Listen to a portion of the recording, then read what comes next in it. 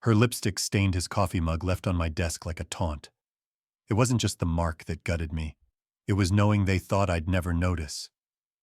If this story moved you, don't forget to drop a comment, and subscribe to Revenge Forge for more unforgettable stories that speak to the heart. My name's Brian Kendricks, 47, a senior account director at a marketing firm in Austin, Texas. Life was a well-oiled machine. A $680,000 house in Westlake Hills, a stock portfolio sitting at $950,000, and a marriage that felt like a cold IPA on a hot day. Melanie, my wife, was 39, a creative strategist at the same firm with a smile that could sell a campaign and eyes that made deadlines vanish. We'd been married 12 years. No kids, just a golden retriever named Tucker, and a shared love for Longhorn games. We'd tailgate at Darrell K. Royal, her cheering louder than me stealing her nachos. Solid right work was my turf. I'd spent 16 years managing $15 million client accounts. The firm pulled $90 million in revenue last year, enough to keep me at $140,000 plus bonuses. My colleague Clayton Frey was the creative director, 49, a charmer with a Stetson and a pitch that landed Fortune 500s.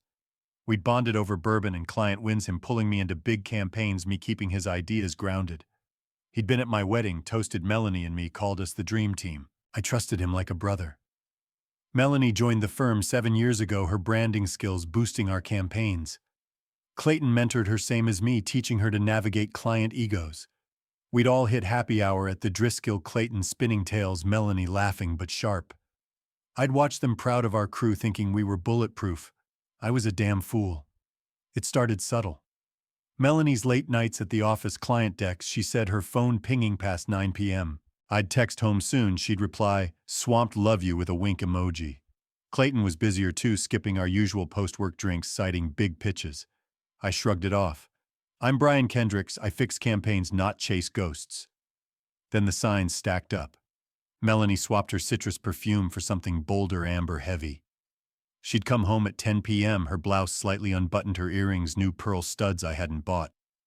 Client gift, she said, brushing past me to the shower. Tucker would whine, sensing my unease. One night I checked her purse for her keys, routine stuff. Found a bar receipt. The Driscoll, 11 p.m., 2 martinis, Clayton's name on the tab. My gut twisted. A work thing, maybe. I tucked it back, said nothing. I'm not the jealous type. I trust schedules, budgets, results. But doubt's a slow venom. Last month I got home early from a client trip in Dallas, 7 p.m., expecting Melanie's brisket. The house was dark, Tucker alone. Her phone's location, shared for emergencies, was at the Driscoll, not the office. I called, voicemail. Texted Clayton casual, you guys still working? His reply, wrapped at 5, home now. My chest burned. He was lying. The next morning I crossed a line. While Melanie was in the shower, I grabbed her phone from the counter. Her lock screen was us at a Longhorn game, grinning. Passcode our anniversary, 0610. I checked her texts. A thread with Clayton, 10 p.m. last night. You left your mug in my office, I'll grab it. My hand shook. A mug at the Driscoll. I scrolled up. Messages months old, playful then intimate. Can't wait for Thursday, she'd written. His reply, where the pearls? I put the phone down, my breath shallow as the shower stopped. Melanie walked in, towel-wrapped, humming. You're quiet, she said, smiling. I forced a grin. Long trip. She kissed my cheek, her amber scent hitting me like a brick. I went to work, my mind a storm. Clayton was in his office laughing on a call, his mug black monogrammed on his desk. Melanie was at her desk typing, her pearl studs glinting. I wanted to slam his door, demand the truth, watch them squirm. But I'm not that guy. I'm the one who plans, who strikes when the iron's hot. I started digging. Clayton's client dinners were vague. No receipts, no notes. Melanie's calendar synced with his late meetings, off-site briefings. I called our IT guy, Nate Harper, a buddy from my early days. Can you pull login logs? I asked, voice low. He hesitated. Risky, Brian. But yeah, 24 hours. I nodded, my jaw tight, and went back to my desk, smiling through client calls, playing the part. Nate's report was a knife. Clayton and Melanie had a private chat app, encrypted, linked to company servers. Dozens of messages, late nights, some from hotel Wi-Fi. I cross-checked timestamps. Last week they'd logged in from the Driscoll at 10 p.m. My wife, my colleague, in a hotel room while I grilled steaks at home, clueless. Tucker's whine echoed in my head louder now. I didn't confront them. Anger burns fast. Revenge burns slow. I hired a private investigator, Tara Vaughn, a sharp ex-cop with a no-nonsense vibe. I need evidence, I told her, handing over $4,000. Office affair, maybe more. She nodded. 10 days, you'll know. I went back to the firm, nodded at Clayton's banter, reviewed Melanie's campaign plans. They thought I was blind. They were wrong. Tara was quick. By day 4, she had photos. Clayton and Melanie leaving a client lunch, his hand on her back, her smile too intimate. Another shot them in the Driscoll's bar, her arm looped through his smirk smug. The clincher, a text exchange, Clayton to Melanie. Your lipstick's on my mug. Leave it. I stared at the images, my coffee cold. 16 years at this firm, 12 with Melanie all crumbling in a glossy print. I could have stormed Clayton's office, thrown the photos down, watched him stutter, or waited for Melanie at home, the receipt in my hand, her lies exposed. But that's what they'd expect, shouts, tears, chaos. I wanted more. I wanted them to feel the ground vanish the way mine had. So I dug deeper. Tara's next report was a bombshell. Clayton wasn't just cheating, he was undermining campaigns. He'd been leaking client strategies to a rival firm, padding his bonuses with $120,000 in kickbacks. Melanie's creative decks, flawless on paper, hid the sabotaged data. I met my lawyer Paul Brennan at a taco joint in East Austin. Can we nail them? I asked, sliding Tara's files over. Paul's eyes gleamed. Fraud, breach of contract, serious. But we need bank records, timestamps. I nodded. I'll get them. Back at the office, I worked late, pulling financial logs with my director access. Clayton was sloppy, used his work email for rival contacts, thinking no one'd check. Melanie was smarter, tweaking data through proxies, but not smart enough. Melanie sensed the shift. That night, she leaned against the kitchen island, her arms crossed. You're off, Brian. What's wrong? Her eyes were soft, almost pleading. I nearly laughed. Just work, I said, grabbing a beer. Clayton's piling it on. Her face flickered, guilt maybe. He's stressed, she said, stepping closer. Talk to him. I looked at her, the woman I'd loved for over a decade, and saw a liar. Maybe, I said, turning away. She didn't push, but her silence was loud, like she felt the storm brewing. The first twist hit Friday morning. Tara called at 6 a.m., her voice sharp. Check your email. I opened my laptop, still in boxers. A video clip, grainy, from a parking garage. Melanie and Clayton arguing. He grabbed her wrist. She yanked free, her voice low. You said no one'd find out, she hissed. My blood froze. Melanie wasn't just sleeping with Clayton. She was neck deep in his fraud, and now they were cracking. I leaned back, the room tilting. Clayton's betrayal was bad, my colleague, my friend, stealing my wife and my work. But Melanie, that cut to the bone. I thought of our Longhorn games, her laugh, Tucker curled beside us. All fake. I poured a coffee, my hand steady now. This wasn't just an affair. It was a heist, and I was the mark.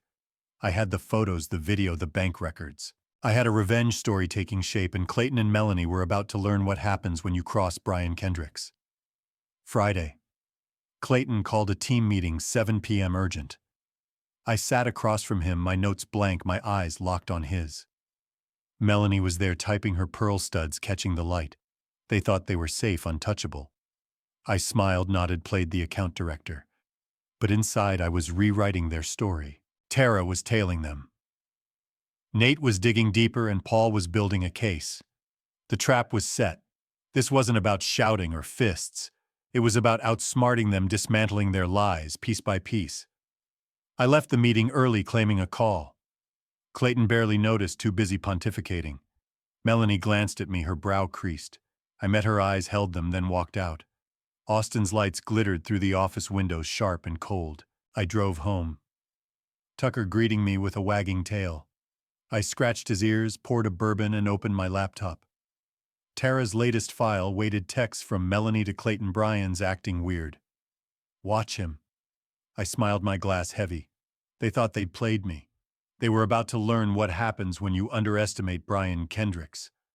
Austin's sunset burned crimson the skyline, a jagged blade against my office window. I sat at my desk. Tucker's leash coiled on the chair, my laptop open to Tara's latest file, bank transfers. $120,000 funneled through fake campaign invoices. Clayton Frey's email on every transaction, Melanie's creative decks concealing the theft. My colleague and my wife weren't just cheating, they were bleeding the firm dry. Their bar receipts mocked my 12-year marriage, their lies a gut punch to my 16 years at the company. I gripped my bourbon cold now and planned. This revenge story wasn't about smashing mugs. It was about dismantling their world piece by calculated piece. Monday hit like a Texas storm. I strode into the firm, my boots steady, my face a steel mask. Clayton was in his office pitching a client, his Stetson tipped back. Melanie was at her desk, her pearl studs glinting, her fingers dancing over her keyboard. She glanced up, her smile quick fake. I nodded, my jaw tight, and kept moving.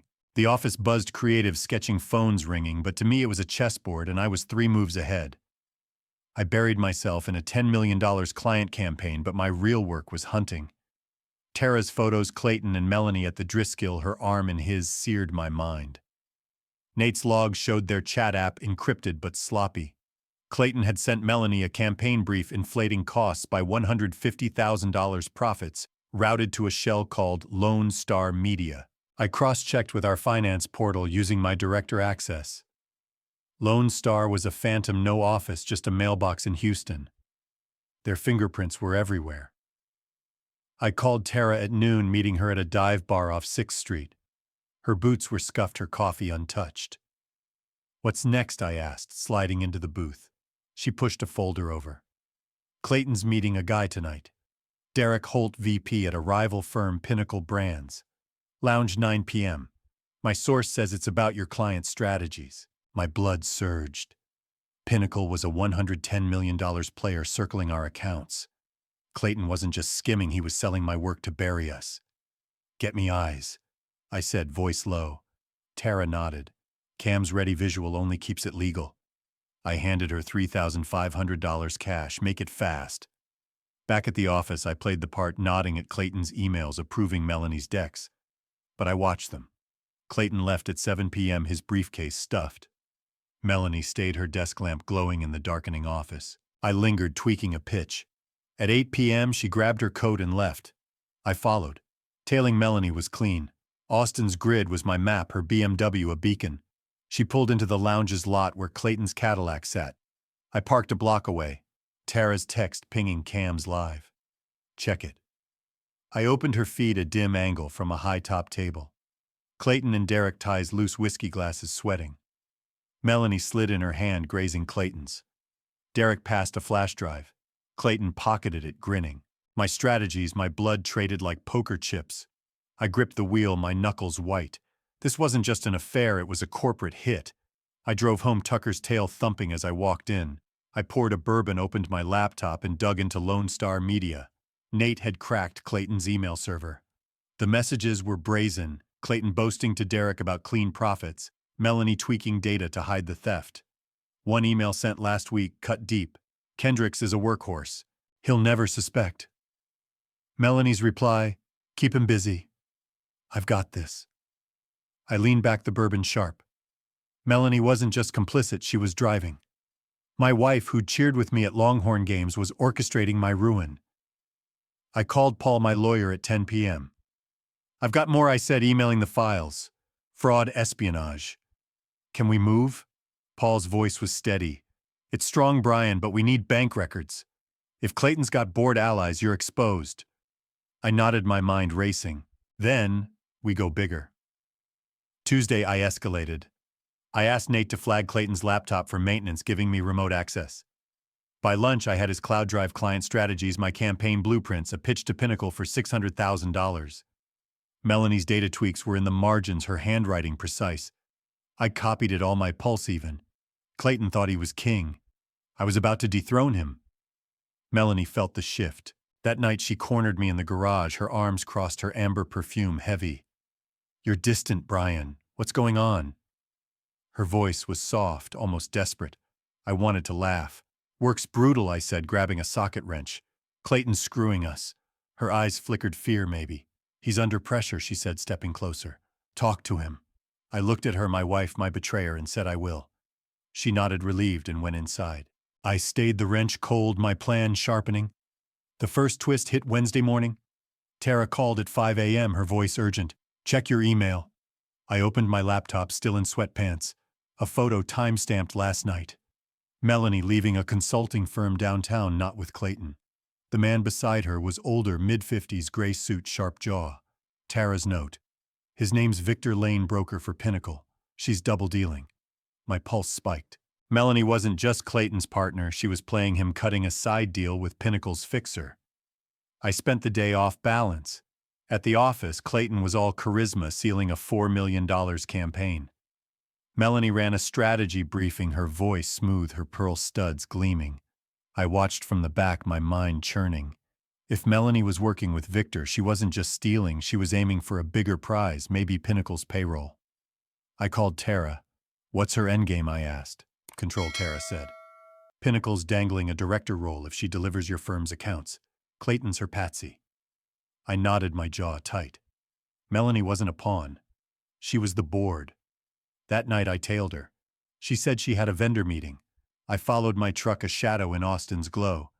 She drove to a private club, not an office. I parked across the street, watching her walk in her briefcase, swinging. 30 minutes later, she emerged with a woman's 60s sharp blazer, commanding vibe. I snapped photos, sent them to Tara.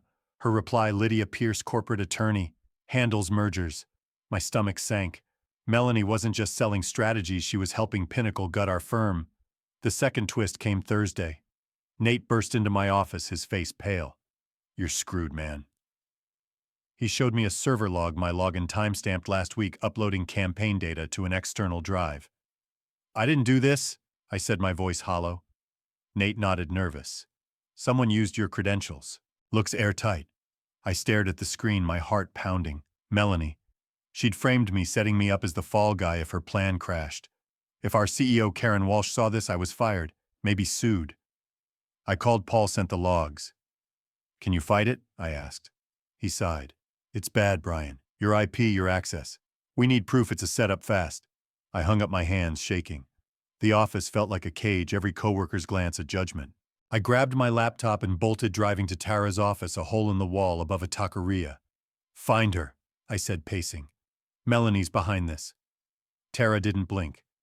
She's meeting Victor tomorrow, hotel bar. I'll get you footage. Friday I played normal. Clayton called a team huddle, praising my campaign work, the work he'd sold. Melanie handed out timelines, her smile flawless. I nodded, my face blank, my anger a live wire. After work I followed Tara's lead to the hotel bar, a sleek spot in downtown Austin. Melanie's BMW was parked, Victor's Tesla beside it. I stayed back, Tara's hidden cam streaming to my phone. They were at a corner table, voices low, exchanging folders. Victor slid her a key, safe deposit maybe. She nodded, her face cold, and left. I tailed her to a bank where she hit a 24-hour ATM.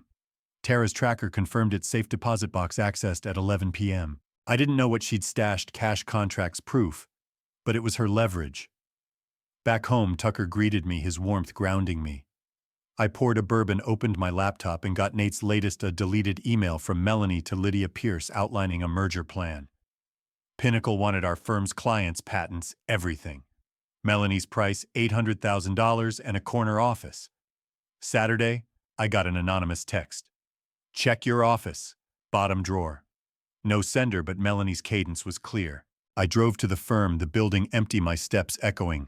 In my drawer, an unmarked flash drive. I plugged it in, my pulse racing. A forged email, my name offering Pinnacle my strategies for $200,000. Melanie's final play, frame me, ruin me, walk away clean. I copied it, sent it to Paul, and called Tara. She's pinning it on me, I said. Tara's voice was steady. Then we pin her first. Sunday I met Karen Walsh at a coffee shop near Zilker Park, away from eyes. You need to see this, I said, handing her a USB drive, Clayton's transfers. Melanie's emails, the forged email. I didn't mention the frame job yet. Keep it quiet, I said. Karen's eyes narrowed. If this is real, they're done. I drove home, the Austin skyline fading in my rear view.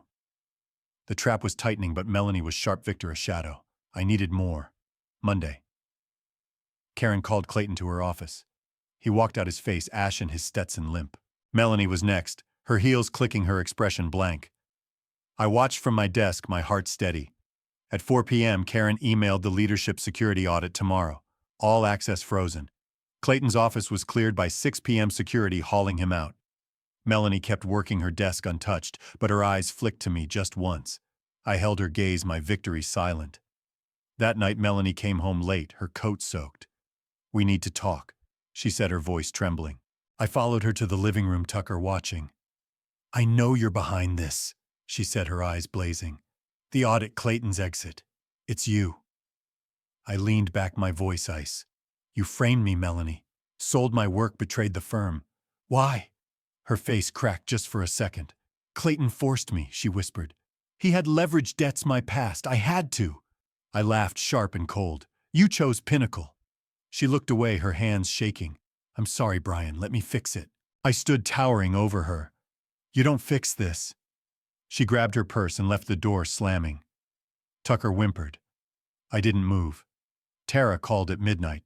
"Melanie's at a motel alone. Victor's in the wind, no trace." I nodded, my mind clear. Melanie wasn't just running from me. She was running from Pinnacle, from Clayton, from her lies. But I wasn't done. This revenge stories chapter had one more move, and I was playing to win. I sat in my study, Austin's lights pulsing, and planned. Clayton was down, but Melanie was slippery, Victor a ghost. The audit would expose them, but I needed proof to clear my name, to lock them in their own trap. I opened my laptop, Nate's final file waiting, a backdoor in Melanie's cloud. Her last email to Victor, Brian's close. "Move the deal now." I smiled, my bourbon warm. They thought they'd outsmarted me. They were about to learn what happens when you cross Brian Kendrick's. Austin's dawn was a smoldering haze rain streaking the skyline beyond my office window. I sat at my desk, Tucker's leash slung over the chair, my laptop open to Nate's latest find. Melanie's email to Victor Lane sent at 2 a.m. "Kendrick's is too close. Finalize the assets now." She'd framed me as the traitor, forged my name on a deal to sell my campaign strategies, and planned to vanish with Pinnacle Brand's payout. Clayton Frey was out, hauled off by security, his fraud exposed. But Melanie was a phantom dodging the audit's net, her motel hideout a dead end. This wasn't over. I was Brian Kendrick's, and I carved my wins with precision, not rage. Tuesday morning, I walked into the firm, my boots steady on the polished floor. Karen Walsh, our CEO, nodded as I passed, her eyes sharp with the trust I was still earning. The security audit was a guillotine, servers locked, emails frozen, auditors tearing through records. The forged email pinning me as the leak was a loaded gun to my head. If Karen saw it, I'd lose everything: job, reputation, maybe freedom. I needed to clear my name and shatter Melanie's lies before she could slip away. I called Tara Vaughn, my PI, at 7 a.m., meeting her at a coffee shop off South Congress. Her jacket was worn, her coffee black. "Melanie's moving," she said, sliding a photo across the table. Melanie at a train station, her BMW gone, a duffel slung over her shoulder. "Victor's still in Austin, holed up in a condo. My source says he's pushing her to deliver your client data." My jaw clenched. "What's in her safe deposit box?" Tara leaned back. "Contracts, maybe cash, possibly dirt. She's not running light." I handed her $4,000 cash. "Get me inside that box." She nodded. 48 hours tops. I drove back to the office, the Colorado River a steel sheet in my rear view. Melanie wasn't just betraying me, she was outplaying Pinnacle, Clayton, everyone. I had to strike faster. At work, the air crackled. Clayton's office was a ghost, his Stetson gone. Melanie's desk sat empty, her sick leave a scream. I watched the team, their glances heavy, and dove into a $12 million campaign, playing the account director. But my real work was with Nate. Nate met me in the server room at lunch, the machines hum, cloaking our words. "I traced the forgery," he said, eyes darting. "Melanie used your login, but it came from a bar's Wi-Fi last month. Her laptop's tagged." My pulse surged. "Can you prove it's her?" He nodded. "IP's linked to her personal device. Logs sent to Paul." I gripped his shoulder. "You're gold, Nate." He shrugged, uneasy. "She's desperate, Brian. Watch your back. Paul, my lawyer, called at 3 p.m. "The logs are a slam dunk," he said, voice alive. "They clear you forgery, fraud, all Melanie. But the box is critical. If she's got Pinnacle's contracts, it's federal." I hung up, my hands steady. The audit was closing in, but Melanie was a shadow, Victor a wild card. I needed to cut their threads. The first twist hit that night. Tara texted at 10 p.m. Victor's flipping, meeting Pinnacle's CEO, 11 p.m. private club. Melanie's out. My stomach twisted.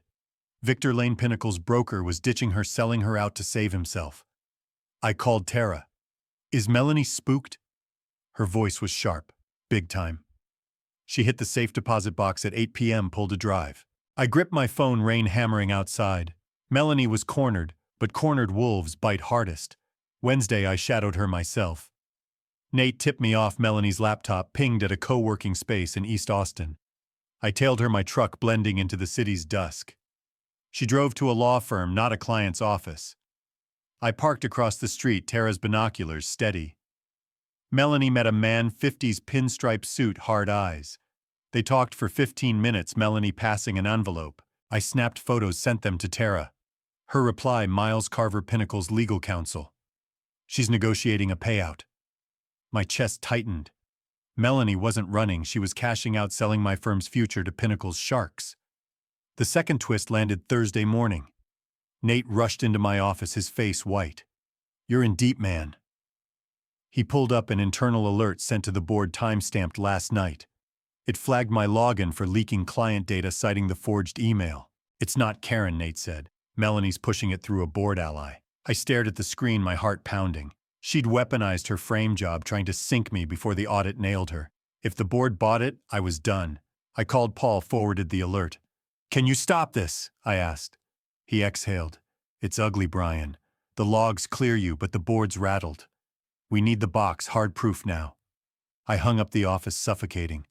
Every co-worker's glance felt like a knife. I grabbed my laptop and drove to Tara's office, a dive above a bodega. Where's Melanie? I demanded, pacing. Tara leaned back. Motel, but she's mobile. I've got a guy on the box, bank opens at 8 a.m. tomorrow. Thursday night, Melanie came home, her eyes red, her amber perfume gone.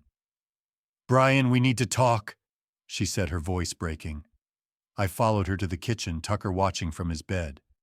I know you're doing this, she said, her hands trembling. The audit, Clayton, it's you. I leaned against the counter, my voice ice. You framed me, Melanie. Stole my work, sold the firm. Why? Her face crumpled. Clayton forced me, she whispered. He had dirt old debts. I had no choice. I laughed cold and sharp. You chose Pinnacle. She flinched, tears falling. I'm sorry, Brian. Let me make it right. I towered over her. You're out of moves. She grabbed her keys and bolted the door, slamming. Tucker whined. I didn't chase her. Tara called at 1 a.m. Melanie's at a new motel alone. Victor's with Pinnacle cutting a deal. I nodded, my mind clear. Melanie wasn't just fleeing me. She was fleeing Pinnacle, Clayton, her lies. But I was closing in. The third twist hit Friday morning. Tara delivered, meeting me at the coffee shop, a flash drive in hand. Safe deposit box, client contracts, $150,000 in bonds, a burner phone. Texts to Miles Carver locking a $900,000 deal. My pulse raced. Melanie's endgame, sell our strategies, pocket the cash, vanish. I sent the drive to Paul, who forwarded it to Karen. This is federal, he said. FBI's on it. Stay low. I didn't. I drove to the office where Karen called an emergency board meeting. Melanie was there, her face pale, her pearl studs missing. Clayton's absence was a void, his fraud laid bare. Karen dropped the bomb. We've uncovered fraud, data theft, campaign sabotage. She didn't name Melanie, but her eyes flicked to her. The board voted to suspend her pending investigation. Security escorted her out, her briefcase seized. She didn't look at me, but I felt her weight heavy and final. The fourth twist came that afternoon. Paul called, his voice tense. Melanie left a package at the firm for you. Karen opened it. I sped over my truck, roaring through Austin's streets. In Karen's office, a letter handwritten from Melanie. Brian, I framed you to stop Clayton. He was the leak, not me. I tried to save the firm. Attached was a USB drive, emails dated 2 years ago. Melanie warning Karen about Clayton's cost inflations. Karen hadn't acted. Was it true? Or another lie? I leaned back, the office still. Melanie's letter didn't erase her crimes, the forged email, the Pinnacle deal, the affair. But it cracked something. I'd cast her as the villain, but maybe she'd been trapped playing a game she couldn't escape. Karen watched me. You're cleared, she said, and creative director is yours. I nodded, but my heart wasn't in it. I need time, I said. She didn't push. Melanie disappeared. Tara tracked her to an airport, then nothing. The feds had her contracts, bonds, burner phone. Charges were coming, fraud, conspiracy, maybe more. Clayton was cooperating, spilling everything to dodge jail. Pinnacle Brands was crumbling, their merger bid dead, their stock tanking. The firm stabilized my strategies, secure my name clean. I sold the house, moved to a condo in downtown Austin, just me and Tucker. The memories were too heavy, Melanie's nachos, our Longhorn tailgates, Tucker's tail thumping. I took the director role, but it felt like a suit that didn't fit. I kept managing, kept building, but trust was a stranger. One night I got an email, no sender. I tried to protect us. Melanie's voice sharp as glass. I deleted it, poured a bourbon, and stepped onto my balcony. The Colorado River shimmered, the city lights soft. I thought of her letter, her warning, her betrayal. Had she fought for the firm or for herself? I thought of Clayton, broken his charm dust. And I thought of me, Brian Kendricks, the man who'd faced a conspiracy and stood tall. The fifth twist came a month later. Tara dropped by, her blazer swapped for jeans. One last thing she said, handing me a flash drive. Found it in Melanie's motel, hidden in a vent. I plugged it in, my pulse steady. A recording, lo-fi, dated a year ago. Melanie in our kitchen talking to Clayton, her voice low. "We can't do this, Clay. Brian's too good. He'll know." Clayton laughed. "He's nobody." The audio cut off, but the truth landed hard. Melanie had hesitated, maybe even tried to stop it before she fell too deep. I leaned back, Tucker's head on my knee. The recording didn't change her lies, her frame job, her affair, but it shifted the ground. I'd won, saved the firm, cleared my name, rebuilt. But at what cost? The man who'd loved Melanie, who'd trusted Clayton, was gone. I raised my glass to the night, to the scars that made me. What would you have done? Forgiven her, let her fade, or fought to the end? Tell me, because I'm still asking myself. Did I reclaim my life or just survive it? You decide. Like what you heard, hit that like button, share your thoughts in the comments, and subscribe to Revenge Forge, because the next story might just be your favorite one yet.